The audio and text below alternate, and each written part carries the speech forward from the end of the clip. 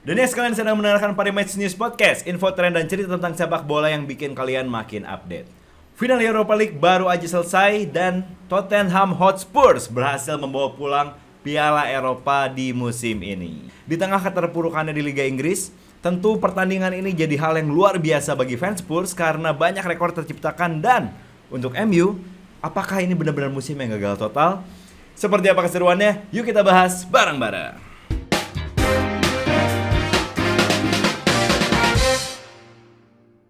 Dan tentunya di episode kali ini seperti biasa ditemenin bareng sama gue Frankie dan gue Noval. Noval seorang ahli bola, seorang pakar informasi tentang bola. Nggak usah aneh-aneh. Tapi ada yang unik dari Noval hari ini. Biasanya Noval itu selalu setia kalau lagi bahas Eropa, lagi bahas tentang Inggris, pakai baju Arsenal.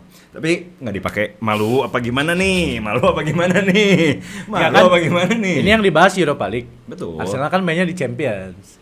Walaupun gagal ke final. Cuma kan Champion bahas Europa League gak usah lah. Pakai tim-tim Champion tuh gak usah. Oh, gak usah. Champion nih gak usah. Ah, Championnya nggak usah. Berarti kan peringkat 2 sering diledekin tuh. Jadi apa? Cuma jadi bridesmaid, belum pernah jadi pengantin nih katanya. itu walaupun gue agak kesel juga sih. Maksudnya musim ini kan Arsenal bukan jagain piala karena gak pernah di peringkat 1. Liverpool mulu nih yang di peringkat 1. Liverpool mulu yang di peringkat 1. Sampai akhirnya juara ya. Tapi akhirnya fans Spurs bener-bener di tengah ya keterpurukannya. Apa? Fans apa? Spurs. Ada. Teman-teman bagi yang fans Spurs ya yang merasa kalian ini esensinya dipertanyakan, banyak. tolong komen nih. Kita ada nih, fansnya Spurs ada dong. Jujur kemarin setelah match itu terus gua ngecek Instagram story, jadi banyak tuh yang ngepost Emang banyak juga lah. Iya, cuma maksudnya kan kalau perbandingannya kayak sama MU, Liverpool, misal, Arsenal, Madrid, Spurs masih misalnya, nggak terlalu inilah. Oke. Dan ya pertandingan yang luar biasa tentunya fans Spurs juga di tengah keterpurukannya ya. Musim ini ada di peringkat 17. Ternyata berhasil meraih piala pertamanya lagi setelah 41 tahun. 1-0 melawan MU. Pertandingannya Pak, kita bahas dulu. Oke, ini yang 41 tahun itu Piala Eropanya. Piala Eropanya. Karena kalau terakhir juara tuh kalau nggak salah Spurs 2009. 2008. Carling Cup. Dulu namanya Carling Cup, belum Carabao. Oh iya benar. Dulu namanya Carling. Piala Liga lah. Iya. 2008 betul. Nah, tapi ini pertandingan yang kata orang derby papan bawah. Derby papan bawah. Karena keduanya di Liga Premier ini ada di peringkat 16 sama 17. Spurs pas banget lagi ya. Dan cuma selisih 1 poin. Jadi ntar di match day terakhir Premier League ada possibility Spurs ngelewatin MU tuh. Betul, ada tuh possibility-nya. Iya. Cuma ini match yang kalau kita pas preview kemarin gue bilang kan ini harusnya match yang seru.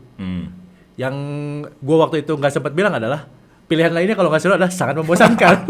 Terutama kalau buat penonton netral. Karena jujur buat gue yang ya udah nontonnya netral. Gue nggak dukung siapa-siapa. Gitu ya. Karena siapapun yang menang udah pasti Arsenal yang kena bully. Lah, ya. Mau Spurs yang menang, MU yang menang, Arsenal pasti kena bullynya. Cuma pas gue nonton awal-awal gue kayak lah maksudnya final tapi gak ada greget-gregetnya gitu. Tapi di babak pertama lumayan loh, babak pertama. Iya, cuma kelihatan banget kalau mereka tuh hati-hati banget. Sampai menit berapa ya? Ya kurang lebih 30-an baru udah mulai rada lepas tuh mainnya. Ini kan mungkin satu-satunya kesempatan mereka buat membersihkan musim ini. Betul. Karena di liga mereka ya bisa dibilang gagal total karena dua tim ini nggak layak ada di peringkat serendah itulah di Premier League. Cuma musim ini kan maksudnya mereka faktanya ada di peringkat itu tapi bisa lolos ke final Liga Eropa. Ini kan kesempatan buat membersihkan nama mereka. Dan satu lagi yang paling penting adalah pemenangnya akan lolos ke Liga Champions. Ya, itu jadi prestis banget lah. Karena buat kedua tim ini mereka harus main di kasta tertinggi di Eropa yaitu Liga Champions. Nah, jadi selain jadi gelar juara ada tiket ke Liga. Faktor-faktor lainnya lah banyak. Nah, gue berharapnya kedua tim kan ini kan kita sempat bahas kalau kedua tim ini bukan yang pertahanannya bagus banget gitu. Mereka sering banyak kebobolan bahkan dari kesalahan-kesalahan sendiri. Cuma kemarin mereka kelihatan main hati-hati. Mereka nggak mau bikin kesalahan di awal terutama di awal. Dan MU seperti biasa di bawah Amorim ini emang sering jadi penguasaan bolanya termasuk yang paling oke loh. Karena Liverpool Karena Spurs di bawah Postecoglou ini justru lebih sering main direct sebenarnya. Mereka garis pertahanannya tinggi, main direct. Dan itu salah satu alasan yang bikin mereka gampang kebobolan. Karena garis pertahanan mereka itu tinggi. Jadi kalau misalnya tiba-tiba dari belakang diumpan ke Højlund atau misal ke siapa dari Bruno gitu, itu yang bikin kesempatan buat MU harusnya makin gede. Cuma yang menarik adalah dari line up. Kemarin gua kaget karena MU cuma nurunin Casemiro sebagai defensive midfield. Dia mundurin Bruno ke belakang, terus naruh Mason Mount di depan. Sedangkan menurut gua harusnya kemarin tuh Casemiro tandem at least kalau nggak sama Ugarte sama Maino. Itu bikin lini tengah harusnya lebih stabil lah. Ya. Lebih stabil. Sedangkan ini kelihatan banget kalau Amorim ini pengen buru-buru punya gol cepet gitu. Nah itu kedua tim juga di babak pertama, di luar yang pertama hati-hati, abis itu mereka saling kelihatan mau buru-buru curi gol duluan. Karena memang sepenting itu. Iya. Jadi bisa nge-boost mental dan lain sebagainya lah. Itu yang bikin kayak, oh ini Amorim menurut gue berani banget nih ngeluarin starting line up yang kayak gini. Ugarte ada di bench, Maino ada di bench, dan mereka pakai sayap terbaik mereka Amad Diallo walaupun baru pulih dari cedera. Satu lagi pertanyaan adalah Luke Shaw. Ini cukup banyak dipertanyakan sama fans MU juga, nama Luke Shaw, karena Luke Shaw ini baru pulih pertengahan April. Sedangkan sekarang kan baru sebulan kurang lebih setelah cedera panjang. Jadi maksudnya secara match fitness, match sharpness dan lain-lainnya dia bukan ada di level yang paling top lah. Cuma secara profil untuk main 3 back kayak Amorim, Luke Shaw itu paling cocok ada di posisi back kiri. Bukan wing back ya, tapi back tengah sebelah kiri. Itu tuh posisi paling cocok emang diisi pemain kayak Luke Shaw yang nyerangnya oke, bertahannya juga oke. Cuma mungkin yang dipertanyakan adalah karena di laga sekrusial ini coba masukin pemain yang memang secara pengalaman bagus lah, mentalitas dan lain-lain sebagainya bagus, tapi kondisi fisiknya, kebugarannya dipertanyakan. Itu salah satu yang mengherankan kalau dari starting lineup MU. Kalau dari Spurs, yang menarik adalah mereka pakai 3 gelandang destroyer. Bukan destroyer sih, maksudnya gelandang yang fisikal lah. Mereka pakai Rodrigo Bentancur, Bissouma sama Pape Matar Sarr. Itu nggak ada pengatur serangan sebenarnya. Di atas kertas ya. Nggak ada pemain kayak Bruno, kayak Mason Mount tuh nggak ada. Mereka bahkan nyadangin Son. Son tuh dicadangin. Di kiri di kirinya Richarlison, di kanan pencetak gol tunggal Brennan Johnson, sama di depannya Dominic Solanke. Itu maksudnya Postecoglou akhirnya mengurangi harga diri dia yang terlalu tinggi selama ini. Banyak yang bilang kayak Spurs ini nggak siap main terlalu sering maju, sedangkan penyerang mereka baru kehilangan Kane kan 2 musim terakhir. Itu yang bikin kayak harusnya Ainge ini lebih nggak naif lah. Mereka lebih harus bisa adaptif sama kondisi. Nah sedangkan di pertandingan kemarin kelihatan nih Ainge yang kayak ego gue turunin, gue mainin gelandang-gelandang yang kira-kira secara fisikal bisa menang di tengah. Lawan MU yang cuma naruh Casemiro sebagai DM. Ini jadi lumayan ini berhasil lah menurut gua strateginya lumayan berhasil, walaupun hasilnya adalah Spurs gak terlalu bisa megang bola. Yang megang bola MU jelas, apalagi babak kedua setelah mereka ketinggalan, MU banyak neken possession bahkan sampai 70 sekian ya. Sampai 70 sekian, gol shot on target juga lebih banyak MU. Cuma pahlawannya dia lagi. Guglielmo Vicario di lini pertahanan, salah satu kiper underrated menurut gue. Itu yang jadi sorotan ya dari pertandingan kemarin ya. Kiper penjaga gawang yang melakukan total 5 save. 5 save dari 6 on target. Dari 6. Yang diselamatin 5. Yang penyelamatan ini. Yang nanti kita bahas tuh ya. Kalau penyelamatan back. Nah, di luar dari strategi yang tadi lu bilang, berarti kan mungkin di pertandingan ini Spurs lebih adaptif. Betul. Lebih reaktif. Apa yang salah lagi dengan Amorim di pertandingan ini? Kalau gue ngelihatnya Amorim ini kayaknya menilai MU ini secara kapabilitas bisa untuk nyuri gol cepet. Itu yang diincar kayaknya. Makanya kenapa formasi yang strategi taktik formasi dan lain-lainnya yang ditaruh itu yang notabene atau bisa kita bilang strategi menyerang. Karena mereka pengen kayaknya curi gol cepet. Kayaknya MU ya feeling gue lebih prefer Amorim terutama lebih prefer kalau itu jadi balas-balasan gol. Dibanding ada satu tim nyetak gol terus sisanya bertahan. Kayaknya Amorim tuh lebih prefer kayak kita yakin nih, maksudnya kita bisa nyetak gol lebih banyak dari Spurs. Jadi ya udah kita dari awal coba buat main terbuka aja sekalian gitu. Dan dengan harapan Spursnya main terbuka juga. Untungnya Postecoglou pintar, dia agak sedikit nunggu. Jadi nggak seterbuka Spurs biasanya lah. Walaupun banyak counter attack juga ya di babak pertama dari Spurs ya. Iya, karena memang itu yang diincar. Cuma kalau misalnya Spurs yang biasanya main di Liga Premier dan ketemu tim-tim besar dan sebagainya itu, biasanya mereka main lebih terbuka dibandingin kemarin. Ini salah satu idealis dan kepintaran Postecoglou aja sih. Dia ngerasa realistisnya Postecoglou aja. Karena dia ngerasa kayak mungkin untuk dapat kesempatan paling tinggi untuk dapat gelar adalah dengan cara kayak gini. Dan lagi-lagi Postecoglou gue shout out-nya karena dia laki-laki yang menepati janjinya berarti. Di musim keduanya dia selalu bilang di musim kedua biasanya dia mendapatkan sesuatu dan dibuktiin. Di tim kayak Spurs yang udah lama gak pernah juara, bahkan di bawah Mourinho, di bawah Antonio Conte, mereka gak juara, di bawah Mauricio Pochettino, akhirnya di bawah Postecoglou mereka dapat gelar, mereka setelah sekian lama. Dan itu yang jadi pastinya fans Spurs sekarang menaruh cintanya ya pada pelatih itu. Dan yang bikin menarik adalah dari pertandingan kemarin golnya skemanya kok gitu ya, bagus ya. Kok bagus ya skemanya. Itu dia dua tim yang dua tim yang maksudnya lagi di ayam-ayamin, ada ledek-ledekin sama semua orang. Dua tim ini pengen membuktikan. Betul. Spurs berhasil membuktikan tapi dengan gol yang ya disebut ada lucknya gede juga sih. Lucknya sangat gede lah. Karena sempat kena ke Luxiao dulu, iya, baru bolanya belok arah. Ada pantulan. Itu Onana juga kaget itu pasti. Onana kaget, walaupun ujungnya tetap ya banyak fans MU yang aduh ini Onana lagi yang ngaco. Cuman gue sebagai yang dulu pernah jadi kiper, gue dulu kalau main bola pernah jadi kiper. Itu bola yang kaget, karena udah ada 2 back, ada Brennan Johnson dijaga, posisi dia nggak ideal. Iya betul. Nggak ideal buat bikin shot, buat bikin apa. Mungkin Onana udah ngambil langkah buat standby lah ya. Iya. Entah nanti bolanya dibuang, apa dia harus potong bolanya, cuman dia lebih milih nunggu. Ternyata ada pantulan dari Brennan Johnson dan kena Luxiao. Itu belok arah sih, walaupun bolanya pelan, belok arah, cuman itu pasti ada langkah-langkah yang agak kaget deh buat gerak. Agak mati langkah. Agak mati langkah pasti.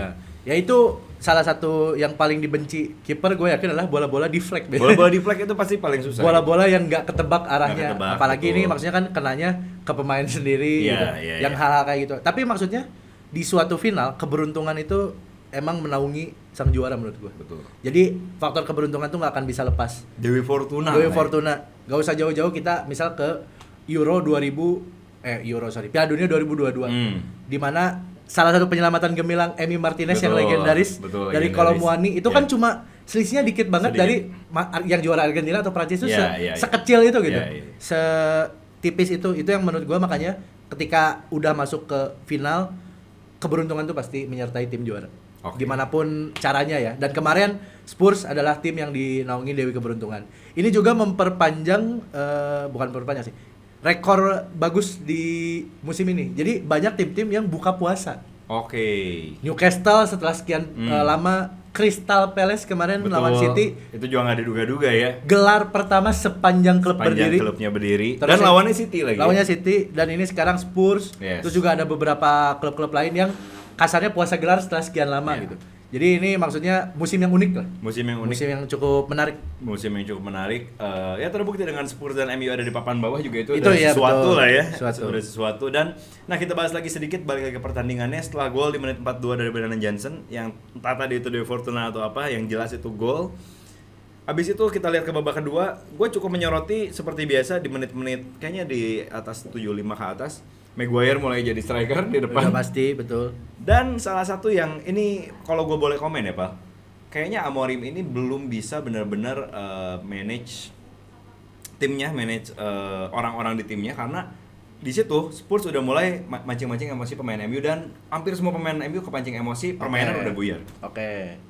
Jadi menurut lu adalah Amorim belum bisa pegang ruang ganti. Mungkin ya. Ini opini gue, Cuma mungkin yang akan sedikit dipertanyakan adalah Amorim yang nggak bisa pegang atau pemain yang nggak mau diatur.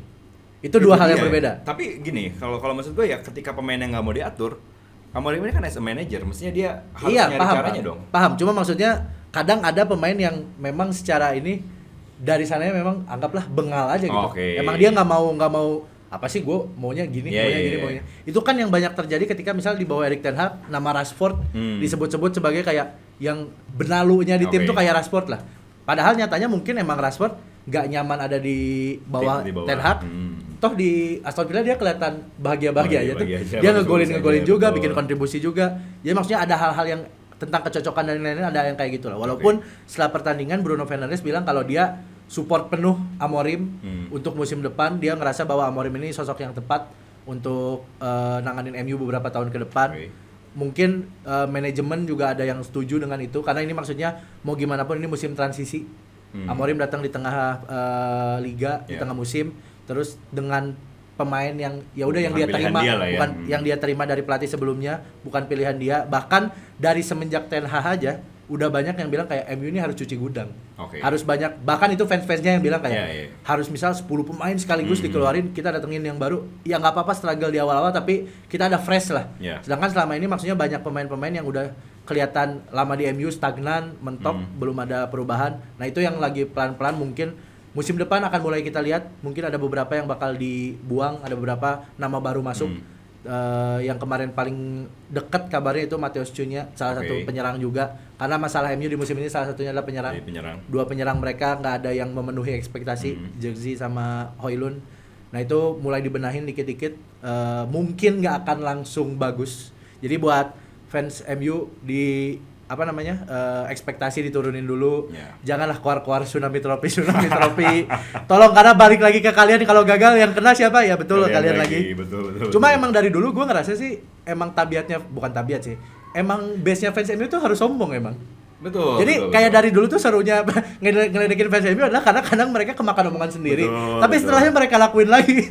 Itu yang bikin maksudnya dinamika fans terutama di Indonesia ya. Karena gua enggak tahu kalau di luar kayak gimana, tapi yang bikin salah satu seru adalah fans MU ini dari yang termasuk yang gua kenal juga banyak yang sombong walaupun bisa timnya di bawah, timnya lagi sering kalah, mereka sering sombong cuma seru gitu menurut gua. Tapi ya bener sih, gue juga jadi penasaran ya kan, kalau misalnya di Indonesia udah pasti nih di TikTok, di Instagram, meme-meme berseliweran, video-video reaction berseliweran. Nah kalau di Manchesternya sendiri, ada nggak ya orang yang bikin, ini fans MU lagi duduk terus makan nasi ki? Gak ada. Eat a little eat. Gak ada. Di Manchester gak ada dong yang kayak kemarin kalah ya dari Spurs, boom. Gak ada di Manchester, gak ada dong kayak. Oke, kita balik lagi sedikit pertandingannya. Ada satu momen juga yang benar-benar disorot. Wah, benar-benar rame. Penyelamatan heroik dari seorang bek muda Mickey van de Ven. Itu awalnya kiper udah lepas bolanya, ada Højlund di situ. Gawang udah kosong dan itu bukan penyelamatan yang gampang. Betul. Selalu satisfying melihat penyelamatan goal line clearance kayak gitu. Betul. Dan kalau yang kali ini itu bukan sesimpel yang backnya udah standby, disundul misalnya. Kalau nggak cuman dia slidingnya dari bawah misalnya dia. Ini agak akrobatik ya. Ini agak akrobatik, momennya pas, dan itu kalau misalnya gue bener-bener bisa mengubah keadaan, bisa mengubah hasil hari itu, luar biasa. Betul. Sih. Termasuk apa yang dilakuin Van de Ven itu pasti nambah mentalitas teman-temannya. Yes, itu. Jadi kayak di menit itu kan menit-menit krusial kan, pertengahan babak kedua. Kalau misalnya gol, angin pasti berubah. Ya, betul. MU juga dapat momentum. Spursnya mungkin jadi kayak udah mulai goyah kalau misalnya itu masuk.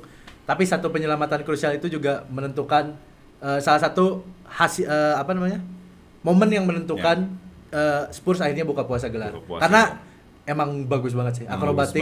Dia pakai kaki kanan tapi terbang gitu.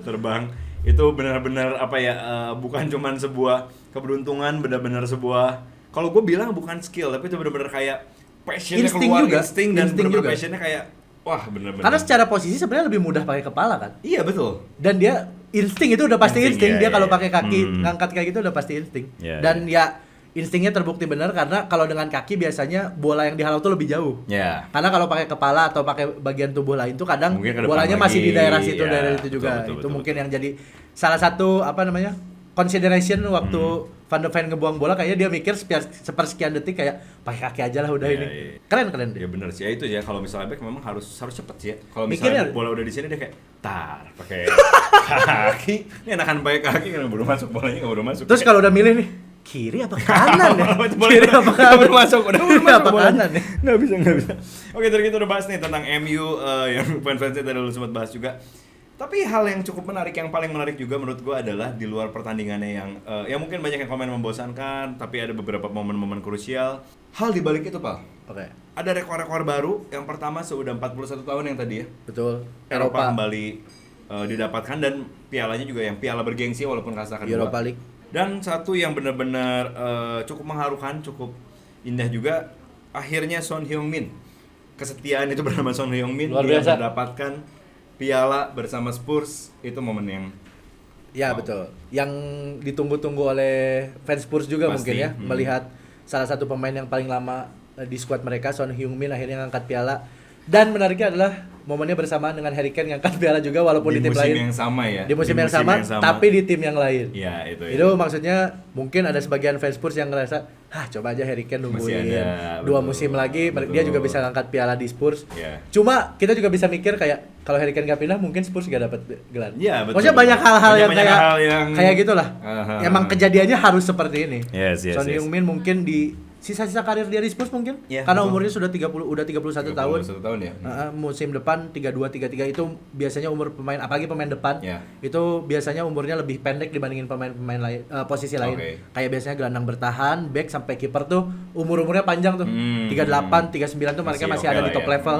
Cuma kalau Son ini kayaknya di 32 33 dia mungkin musim-musim terakhirnya bersama Spurs dia mungkin bakal entah balik ke Korea betul, atau dia atau pindah ke liga lain masih di Eropa Ya. atau kayak kita bilang ke Liga 1 Liga mungkin 1 main. misalnya, ya. Son kayak iseng kayak gue udah dapat gelar nih lagi di Ya. Spurs, iseng main kemana ya? Wah, pasti populer sih itu. Ke Bandung, wah. Pasti Ke populer Bali, sih. ke Jakarta, Jakarta, banyak banget. bener, banget bener. tempat-tempat yang bisa dia datengin di sini. Minimal ada kopi instan masuk tuh pas itu. Jadi Iya lagi. jadi brand ambassador pasti Dan itu. maksudnya possibility ada karena kita dulu pernah dilatih STY. Oh iya. Jadi setidaknya di rakyat Korea tuh Ada ada lah tuh di lah, kepalanya ada tuh. lah. Iya, bener-bener. Mantan pelatih Son juga kan. Followan gak ya STY sama Son di IG? Kalau Kalau di- di story terus ya dong, ada dong dia kan Iya. pasti lagi main sosmed terus ngelatiin dong. Jadi enggak tahu sih. Tapi yang gue yakin kayaknya STY ngucapin selamat sih pasti. oh iya. Dia nge-WA. Lu bisa bahasa Korea kan? Dikit. Enggak udah jangan nanti salah nanti malah banyak yang ini. Enggak pasti Oke, oke. maksudnya itu Son masih ada kayak kalau dia consider Indonesia tuh masih mungkin Oh, karena iya. nanya misal opa. Opa dong. Iya, Manggil dia bener. udah bukan coach dia dong. Bener. Atau enggak coach gimana nih kalau misalnya gua mau main di Indonesia? gitu ya. Oh boleh, pasti dijelasin Iya, baik buruknya betul, lah, betul, pasti. betul. Mungkin bisa jadi. Itu yang bahkan kita lihat tuh tentang Son. Dan yang tadi Son bersama Harry Kane juga, dua sahabat lama sama-sama di musim yang sama akhirnya punya gelar. Dan pasti udah berseliweran juga nih di sosmed nih foto mereka yang diedit pakai AI atau apa, lagi rangkulan Sama-sama megang sama-sama trofi. megang trofi. Dan lagi rame juga kan trofinya itu, kalau Kane itu Bundesliga itu bentuknya piring. Betul. Mereka lagi mau buka puasa nih, Harry Kane megang piring, Sonnya Sonnya megang gelas. Udah gitu katanya gelasnya Son diisi apa ya? Air matanya fans MU katanya. lagi rame di sosmed. Gue cuman nge-announce saja. bohong dia. bener. Dan yang tadi juga pelatih dari Spurs juga benar-benar menempati Kata-katanya. kata-katanya, itu yang menarik. Nah, Kata-kata yang dia kasih. terus dengan begini berarti Liga Inggris Premier League ini membuktikan juga masih superiornya, walaupun banyak yang bilang sebenarnya overrated Liga Inggris tuh. Mereka punya 6 wakil Betul. di UCL musim depan. Bahkan di kasta ketiganya ada Chelsea yang punya peluang untuk juara. Yes, betul. Andai saja Arsenal ke final. Kita Andai mungkin saja akan Arsenal. melihat momen yang jarang ya. Maksudnya 3 tim dari sama-sama London, sama-sama di betul, Inggris, Inggris. juara atau misalnya at least ke final bareng-bareng Ya, lah. ya, itu hal yang jarang kan. Jarang, ya. Cuma ya emang yang Ada London pemain merah, Arsenal. London merah ini suka Dan ngaco nih merah biasanya ini, nih. Ya, cuma jadi pendamping lah ya saat ini, cuma jadi pendamping gitu kan, bukan Tim, jadi. tim lu juga nggak dapat apa-apa. Madrid ngapain Madrid? Kita lagi bahas Inggris ya. Iya, teman. Maksudnya Madrid bisa kan jadi nggak dapat bahas apa-apa Spurs. juga. Oke, terus ada lagi satu fakta menarik lagi. Yang pertama kan buat fans Spurs pasti ini hal yang luar biasa. Nah, buat MU, kalau tadi kita cuman ledekin pendukungnya, misalnya kita ngehujat Amorim dan lain-lain. Ternyata gue tadi baru baca berita juga. Oke. Di luar itu ada hal yang cukup merugikan lagi nih. Kenapa tuh? Karena kan MU berarti memastikan musim Tanpa. depan itu nggak main di Eropa. Sama sekali, betul. Sama sekali nggak main di Eropa. Nah, ternyata ada kontrak antara MU dan Adidas, karena dia nggak main di UCL, itu dia kena denda sekian miliar gitu. Wah, ada klausul itu ya, ternyata. biasanya memang kalau sponsorship atau misalnya dan lain-lain itu biasanya ada klausul-klausul kayak Iya. gitu ya. Itu kebenaran atau tidaknya kita nggak bisa cross check karena Betul, biasanya betul. kayak gitu Lebih jarang dibocorin gitu. secara Gamblang. real gitu ya, secara gamblang, Secara betul. real tuh jarang yang kayak gitu, tapi mungkin ketika ada rumor kayak gitu, seandainya pun benar, ini berarti kayak udah jatuh tertimpa tangga. Betul. Gue tadinya mau ngejokes tapi gak kepikiran. Gue mau udah jatuh tertimpa Tangganya yang lain, diganti, ganti, diganti. ganti. Cuma kayak Udah lah ya. udahlah, yang benar aja lah. Kita capek ngejokes Udah dulu. capek, Udah bercanda jatuh mulu. tertimpa tangga. Karena selain itu juga adalah dengan nggak main di Eropa, terutama nggak main di UCL, yang pasti pendapatan berkurang musim depan. Pendapatan berkurang, dan satu lagi mungkin Pak, untuk beberapa pemain bintang yang baru mau masuk Itu, juga mungkin agak betul. mikir-mikir nih. Itu, gua walaupun main di Eropa musim depan. dengan nama besar MU, Yes. pasti masih banyak Ya, pemain-pemain bagus, pemain-pemain bintang yang mau datang ke MU. Hmm. Apalagi maksudnya ketika satu pemain datang ke MU tuh yang naik bukan cuma pendapatan dia dan sebagainya, tapi famous dia naik, fame dia naik dan sebagainya karena masuk ke salah satu tim terbaik sepanjang sejarah di dunia. betul. Cuma maksudnya realitanya adalah MU bakal kehilangan banyak pendapatan karena nggak main di Eropa sama sekali. Terus mereka juga itu betul akan mungkin kekurangan daya tarik buat pemain-pemain yang lebih ambisius yang emang misal ngejar main di Eropa Ya. setidaknya. walaupun dengan kondisi sekarang aja masih banyak nama-nama besar yang dikaitin sama MU. Walaupun gua nggak tahu apakah akhirnya bisa dapet atau enggak. Karena salah satu yang tadi gua sebutin, Matheus Cunha itu salah satu pemain yang paling bersinar di Liga Primer musim ini, dan dia udah hampir sepakat sama MU 90-95%. Cuma maksudnya nama-nama lain nih, karena kan MU nggak bisa nih MU tuh diselamatin sama 1-2 nama doang.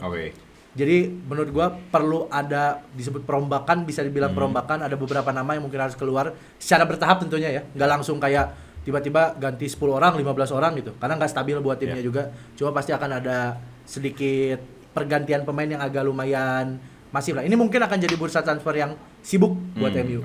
Cuma kita nggak tahu apakah target utama mereka bisa dapat semua atau enggak. Walaupun yang paling penting buat MU itu sebenarnya cuma satu. Balikin lagi Anthony.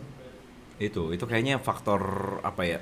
Jimatnya tuh. Ini bayangin Anthony punya kesempatan juara sama Real Betis lawan Chelsea, sedangkan MU-nya gagal. Ini emang karma ke Anthony aja udah. Karma ini nih. El Gasing itu kan padahal masih punya pesona yang betul. menarik. Harusnya dipertanyaannya karena walaupun dia nggak kontribusi di lapangan, jimat ya. Jimat, jujur jimat. Yang dia baru mau masuk lapangan dulu tuh pernah ada videonya. Lawan Arsenal itu. Oh gimana? Dia pikir dia jagoan ya dia pikir. Oh terus ada satu cocokologi lagi. Apa? MU kan selama ini di Liga Eropa belum pernah kalah. Karena mainnya di Liga malam Jumat kan. Mainnya malam Jumat. Kemarin malam Kamis. Itu dia. Sekalinya main malam Kamis kalah mereka. Padahal selama ini nggak pernah kalah di Liga Eropa musim ini. Belum terkalahkan ya. Oke, dari tadi bahasan kita tentang final Europa League. Sekali lagi congrats buat Spurs dan juga fansnya akhirnya membuka gelar, dan semoga gelar ini mungkin bisa jadi salah satu pemantik ya.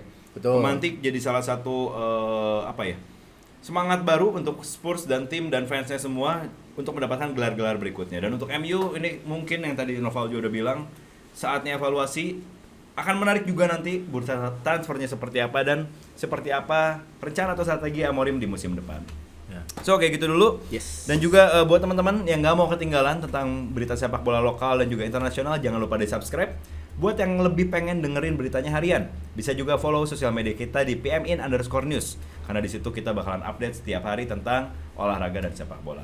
Terus buat yang mau lebih lengkap, kalian juga jangan lupa kunjungin website kita di parimatch.news, karena di situ ada prediksi, ada info-info tentang olahraga dan juga sepak bola. Di situ kalian bisa cek lebih lengkap tentang semuanya. So segitu dulu Pal. Thank you banget. Kita akan bertemu lagi di episode berikutnya. Thank you buat yang udah nonton dan bye-bye. Bye.